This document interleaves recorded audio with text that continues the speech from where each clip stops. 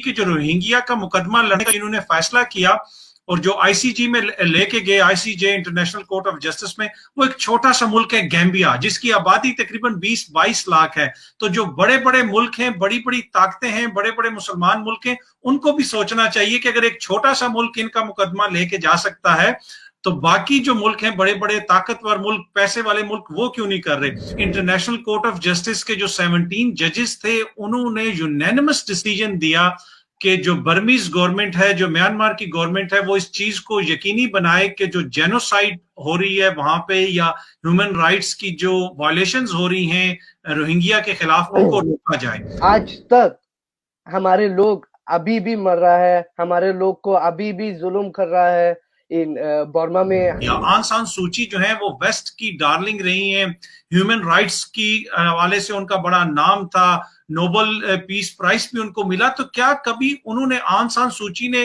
Rohingya लोगों के ऊपर जो अलेजिडली मुजालिम हो रहे हैं, जो उनके खिलाफ एट्रोसिटीज हो रही हैं, कभी आंग सान सूची ने आप लोगों के साथ हमदर्दी की, आप लोगों के साथ सिंपैथी शो की, आपके हक में कोई आवाज उठाई?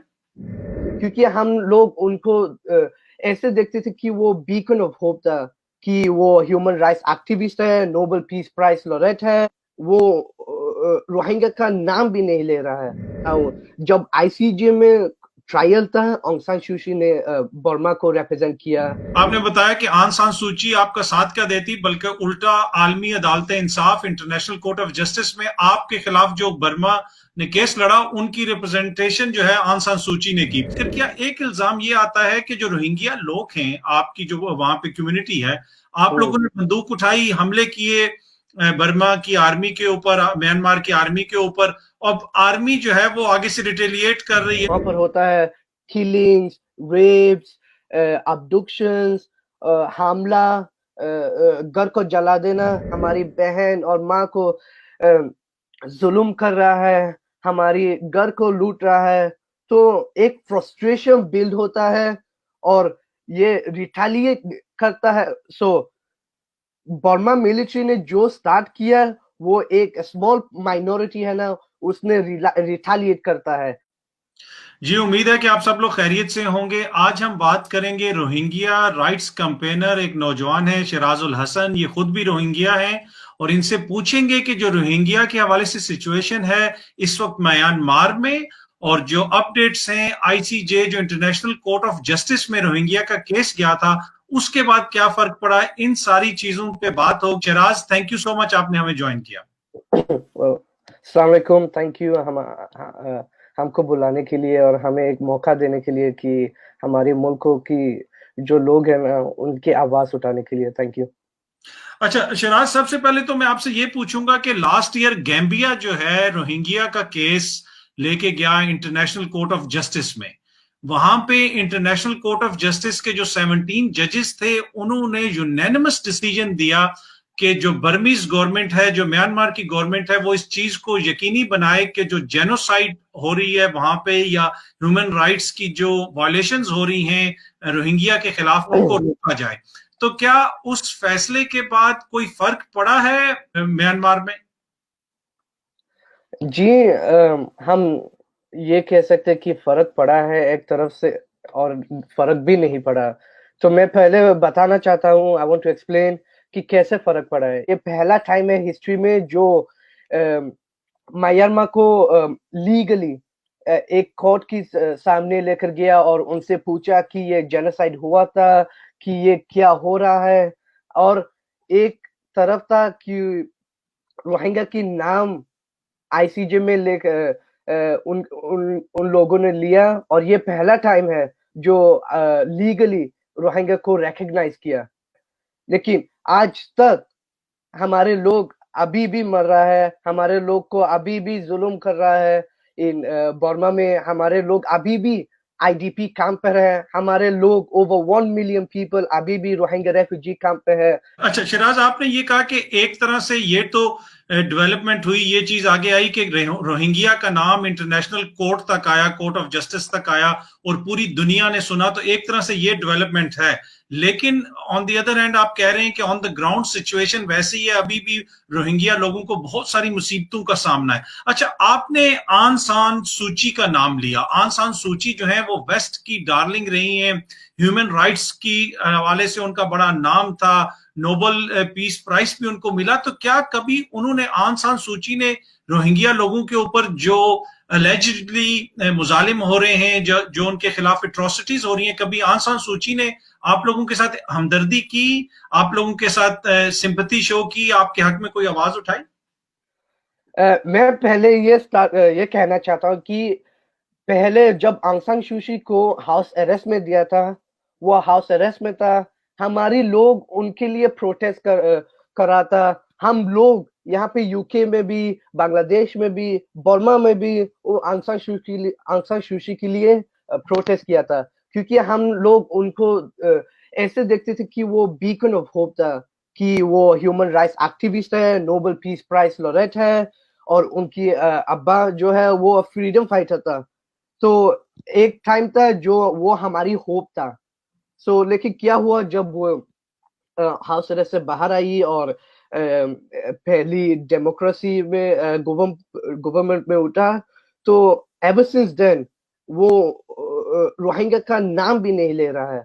कि बीबीसी की इंटरव्यू में उनने आउटराइट मना कर दिया कि ये जेनोसाइड है। आपने बताया कि आन सान सूची आपका साथ क्या देती, बल्कि उल्टा आलमी अदालत इंसाफ, इंटरनेशनल कोर्ट ऑफ जस्टिस में आपके खिलाफ जो बर्मा ने केस लड़ा, उनकी रिप्रेजेंटेशन जो है आन सान सूची ने की। एक इल्जाम ये आता है कि जो रोहिंग्या लोग हैं, आपकी जो वहां पे कम्युनिटी है, आप लोगों ने बंदूक उठाई, हमले किए बर्मा की आर्मी के ऊपर, म्यांमार की आर्मी के ऊपर। अब आर्मी जो है वो आगे से रिटेलिएट कर रही है। एक तरफ है एक बड़ा सा मिलिट्री स्टेट स्पॉन्सर्ड मास सिस्टमैटिक जेनोसाइड।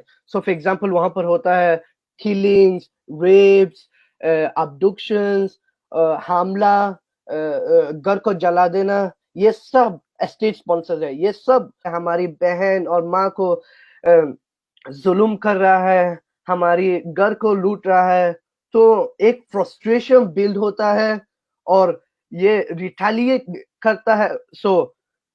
बर्मा मिलिट्री ने जो स्टार्ट किया, वो एक स्मॉल माइनॉरिटी है ना, उसने रिटेलिएट करता है। जो लॉयर्स हैं, जो इंटरनेशनल कोर्ट ऑफ जस्टिस में रोहिंग्या लोगों का मुकदमा लड़ रहे हैं, उन्होंने फेसबुक से कहा है कि जो गवर्नमेंट ऑफिशियल्स हैं, बर्मा के बड़े बड़े ऑफिशियल्स हैं, जिसमें उनके मिलिट्री के जो कमांडर इन चीफ भी हैं, जनरल मिन ऑन हेलन, वो और जितने भी, इन सब की जो फेसबुक पोस्ट्स हैं उनका डेटा दिया जाए।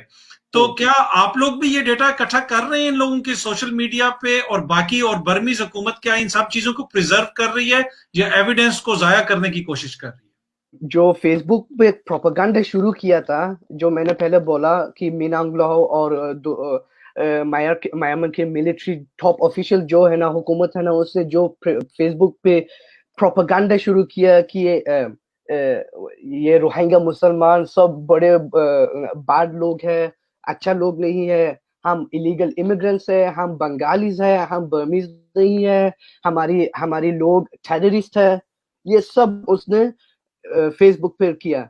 और ये प्रोपेगेंडा फेसबुक पे बड़ा इफेक्टिव हुआ, क्योंकि जो पूरा बर्मीज लोग है वो सब हमारे खिलाफ है, हमारे अगेंस्ट हो गया।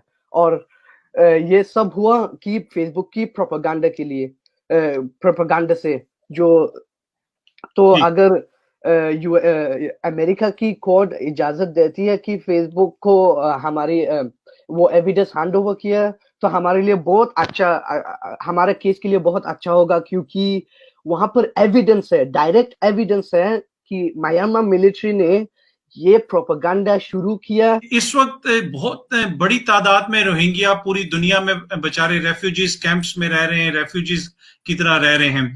और जो कॉक्स बाजार का एक रेफ्यूजी कैंप है बांग्लादेश और के बॉर्डर के करीब, वहां पे 1 मिलियन से ज्यादा इस वक्त रोहिंग्या जो रेफ्यूजीज हैं वो उस कैंप के अंदर रह रहे हैं। उधर क्या कंडीशंस हैं अभी, कुछ आपको पता है, कोई अपडेट्स हैं? इसलिए कि अभी तो कोरोना भी फैला हुआ है, वहां पे साइक्लोन का सीजन भी है, मॉनसून सीजन भी है आ रहा है, तो क्या सिचुएशन है इस वक्त उधर कैंप की?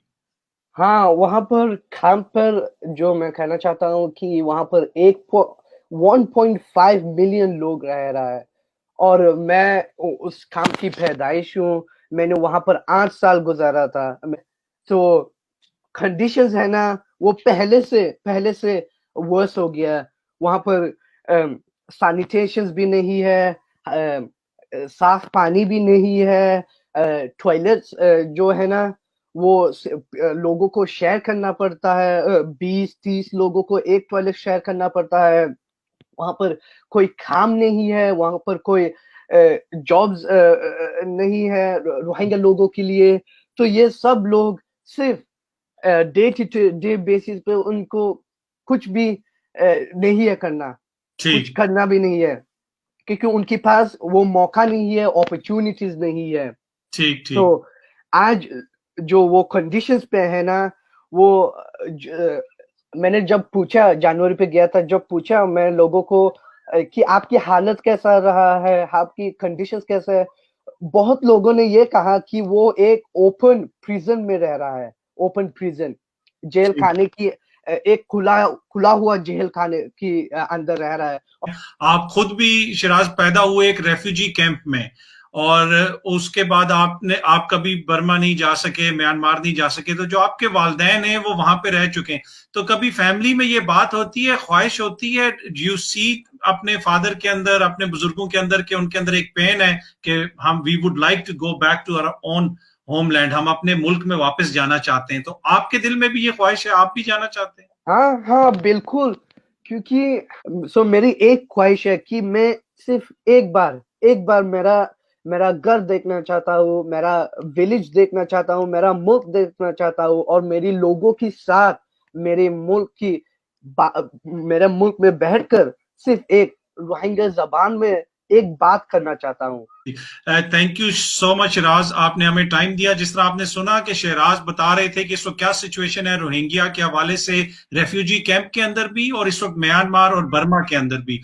और अगर इस केस के ऊपर आप नजर डालें तो एक चीज बड़ी इंपॉर्टेंट आपको नजर आएगी कि जो रोहिंग्या का मुकदमा लड़ने का जिन्होंने फैसला किया और जो आईसीजी में लेके गए, ICJ international court of justice में, वो एक छोटा सा मुल्क है गैम्बिया, जिसकी आबादी तकरीबन 20-22 लाख है। तो जो बड़े बड़े मुल्क हैं, बड़ी बड़ी ताकतें हैं, बड़े बड़े मुसलमान मुल्क हैं, उनको भी सोचना चाहिए कि अगर एक छोटा सा मुल्क इनका मुकदमा लेके जा सकता है तो बाकी जो मुल्क हैं, बड़े बड़े ताकतवर मुल्क, पैसे वाले मुल्क, वो क्यों नहीं कर रहे? और दूसरी बात यह है कि ये मसला रोहिंग्या, मुसलमान या बुद्धिस्ट नहीं, ये इंसान का मसला है। अगर कल कहीं हिंदू के साथ जुल्म होगा, यहूदी के साथ होगा, क्रिश्चियन के साथ होगा, तब भी हम सबको आवाज उठानी चाहिए, इसलिए कि जो ह्यूमन राइट्स हैं, जो इंसानियत है, वो सबसे बड़ी है। सो वंस अगेन सबका देखने का बहुत शुक्रिया। शहराज, आपका भी बहुत शुक्रिया। Thank you. Thank you. अस्सलाम वालेकुम।